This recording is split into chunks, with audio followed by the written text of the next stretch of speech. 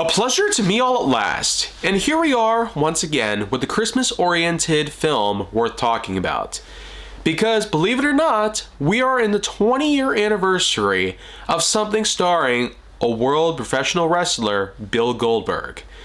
He, of course, became famous in the film industry at least, for being the one and only Santa Claus in the film Santa's Slay. This, of course, is a unique slasher film in which that Santa Claus is seen as a raving lunatic killer. But not just any. He is considered a demon. But what the generalized storyboard decides to give us is that, first off, it kicks off with a storybook telling us how in the year 1005, in spite of the typo that sits there, it says 1065 AD. I don't know why. Maybe the editor forgot to put a 0 in instead of a 6? Who really knows? But it does tell us the story of how a curling competition took place. And I don't know about you, but curling's not exactly that old of a sport. I mean, it was mostly famously endorsed in the Olympics over the years, but if I am mistaken, curling is something that didn't exactly happen all that much back in the 11th century AD. And even if it did, it would have been a very, very different looking sport compared to what they actually give us in this instance. Now, what happened is that an angel and Santa Claus, a demon, so to speak, they both bet on whomever wins gets to be good for the rest of the millennium. But in this instance, Santa ends up losing his bet. The angel forces him to be good for 1,000 straight years. He delivers presents to the kids, spreads holiday joy and cheer, and now that we're in the year 2005, 1,000 years later, the time's up. Santa Claus, as we probably already know by now if the opening scene didn't already make it clear, he is bashing people's heads in, drowning them in eggnog, kicking them into shelves, throwing stars in their backs, etc. And of course we gotta talk about that girl that kind of sounds like Marge Simpson. Or maybe not. Anyways though, Santa Claus is now considered a killer. And there actually is, believe it or not, a township in Michigan known as Hell. Supposedly the film just takes place in Hell Township. They don't exactly specify where it is, but it is very likely that it's the Michigan-based one because it actually exists. And on top of that, there are, of course, winter-related things that happen. I mean, you got snowmobiles, you got trucks, you got sleds, you got curling and hockey. And everybody knows that Michigan is popular for a lot of winter-related stuff, especially ice skating and hockey. Consider the fact that that's pretty much where it takes place in, and we have ourselves a number of things we're talking about here. First off, our main characters are the likes of Nicholas Yulson, played by Douglas Smith, and Mary Mack, played by Emily DeRaven.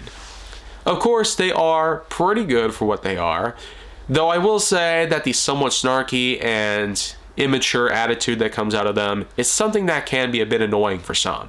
Even James A. Janisse, when he made his video in the Kill Count series about Santa's Slay, he was regularly complaining about how snarky and how sleazy they were. But for me though, it's like they're speaking out to me in my own language. Considering that this was a time I grew up in, and more importantly, this was the kind of attitude that I adopted as time went on. Once you learn something, it's kind of impossible to turn back or learn anything new. You can never teach me, 26 going on 27 years old, any new tricks because I already know what the language is that we speak. I don't intend on saying any of those slang words like Riz or cook or none of that stuff. Anyways though, the likes between Yulson and Mack basically bring us together in Hell Township, in which that Nicholas's grandfather, whom becomes important later in the story for some reason. There's apparently a bunker that the grandfather has, and Grandfather Yulson not only has this bunker, but it's for a very specific purpose, because he pulls out the book, not only explaining it to Nicholas, but there's also an animated short that comes around. For some reason, it's a stop motion thing. I don't exactly know why. I mean, first we had the intro with the storybook thing, showcasing some photos of what happened, but now we have to have an animated recap of it all. I feel like that's probably not as necessary, but it's still at least good to know that they went ahead and changed pace. Not only that, but they gave us a more detailed explanation of what happened at the time that caused Santa to be nice for 1,000 years, and then all of a sudden, he's not anymore. But what we do learn here is that even Nicholas Yulson would agree that it kind of pertains to the likes of the Necronomicon. Basically, the evil book from the Evil Dead series. Yeah, it comes back around to Evil Dead for some reason, and I still don't exactly know why. But I do at least understand the connection they were trying to make here. Considering the fact that they were both books, both telling a horrific story in the past, and of course the history that built up until the events of now, the present. So, kind of a connection between this and the Evil Dead series? Who really knows? Well, anyways, though, more kills from Santa Claus come around, especially in the form of a big strip club in the township itself. And as we do hear later on in the film, there were a lot of people in there that ended up getting burned, as the place did burn down, and Pastor Tim, he basically knew a lot about the people inside. So, of course, in case you were wondering about kill count, well, I would make a connection to all that stuff, but I'm not really here for that. This is entirely different in comparison.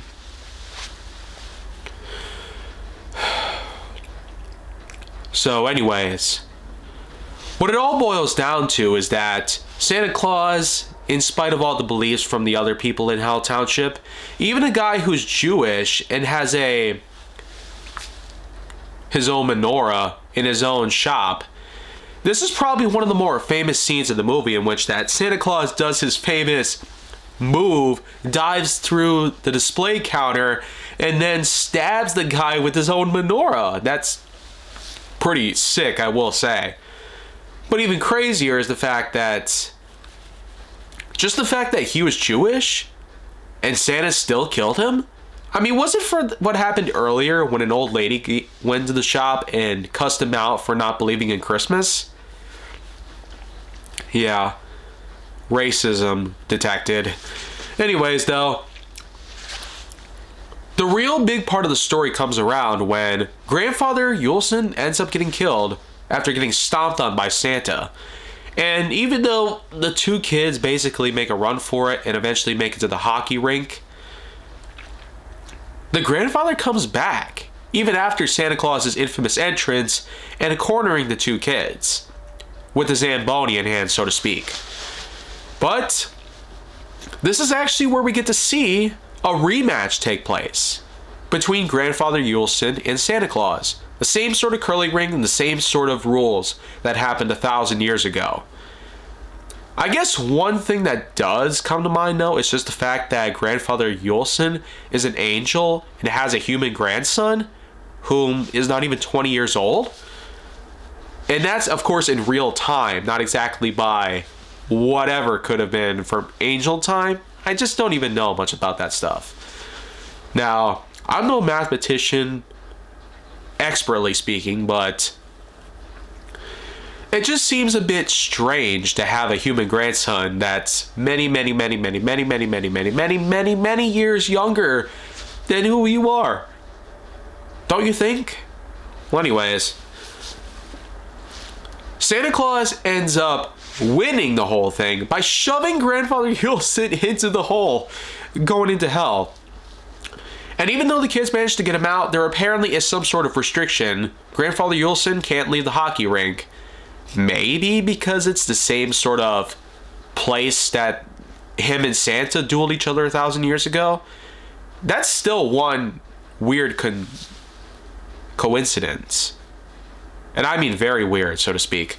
There's a lot of unique things about the story that come around, but there's hardly much explanation about it. And moreover, some things just don't seem to make very much sense. While I have some agreement with these things, I sure don't have agreements with everything that the story has to show us. But the real big excitement does start now, because the final battle against Santa Claus does involve some exploding presents and, of course, a buffalo. Yeah, I didn't really talk much about the buffalo. In the strip club scene, the buffalo was used basically for a valet driver, and the valet himself actually got eaten alive, as we later see his hand getting spat out. But the buffalo, wouldn't you know, there was a bit of thing that was talked about in which that he actually got scared of Bill Goldberg. Yeah, a buffalo, of all things, to get scared by a wrestler. That's actually pretty funny, I will say. But then, of course, there comes around a unique final climax of this whole thing in which that Santa Claus is basically gone all of a sudden. And while a lot of people out there are made to believe that Santa is now gone and the whole town is now saved, we do get to see an end credit scene in which that Santa's at an airport going to Hawaii. So he's basically incognito and now just hitching a ride. And there's also an end credit scene in which that he looks at his list and gives out a fourth wall break. Who's next? So I almost wonder if somebody made that into a meme. Maybe somebody should. Considering the fact that it was 2005 where memes were starting to truly sprawl on the web, maybe by now that's what some people ought to start doing. Anyways though, I like Santa's sleigh and I like the direction that it took. The idea of Santa Claus being a serial killer of all people and of all things in general, I mean, this was a well-beloved icon by children over the years. But now for us adults, we have a true understanding of how malicious Santa Claus can be if he's in such a bad mood. Now, I don't know if Santa Claus were real, and more importantly, if he would actually take on this sort of crazy, psychotic trip. But if that were actually to happen, what could possibly endure? There's been a lot of people out there that have created scenarios of all sorts. I remember seeing emergency alert system scenarios, which are pretty popular even to this day, that do depict Santa Claus being like a killer and causing a ruckus. Probably even more so than Jekyll and Hyde combined. In any other case though, I'm willing to give this film a good solid because I do like the idea. I might not like the idea of a number of different things here, but still, a 7.3 out of 10.1 is the overall score that I will give for this film. So, make sure to like, subscribe, comment, follow me wherever you can find me, and stay on the Hollywood side for more content.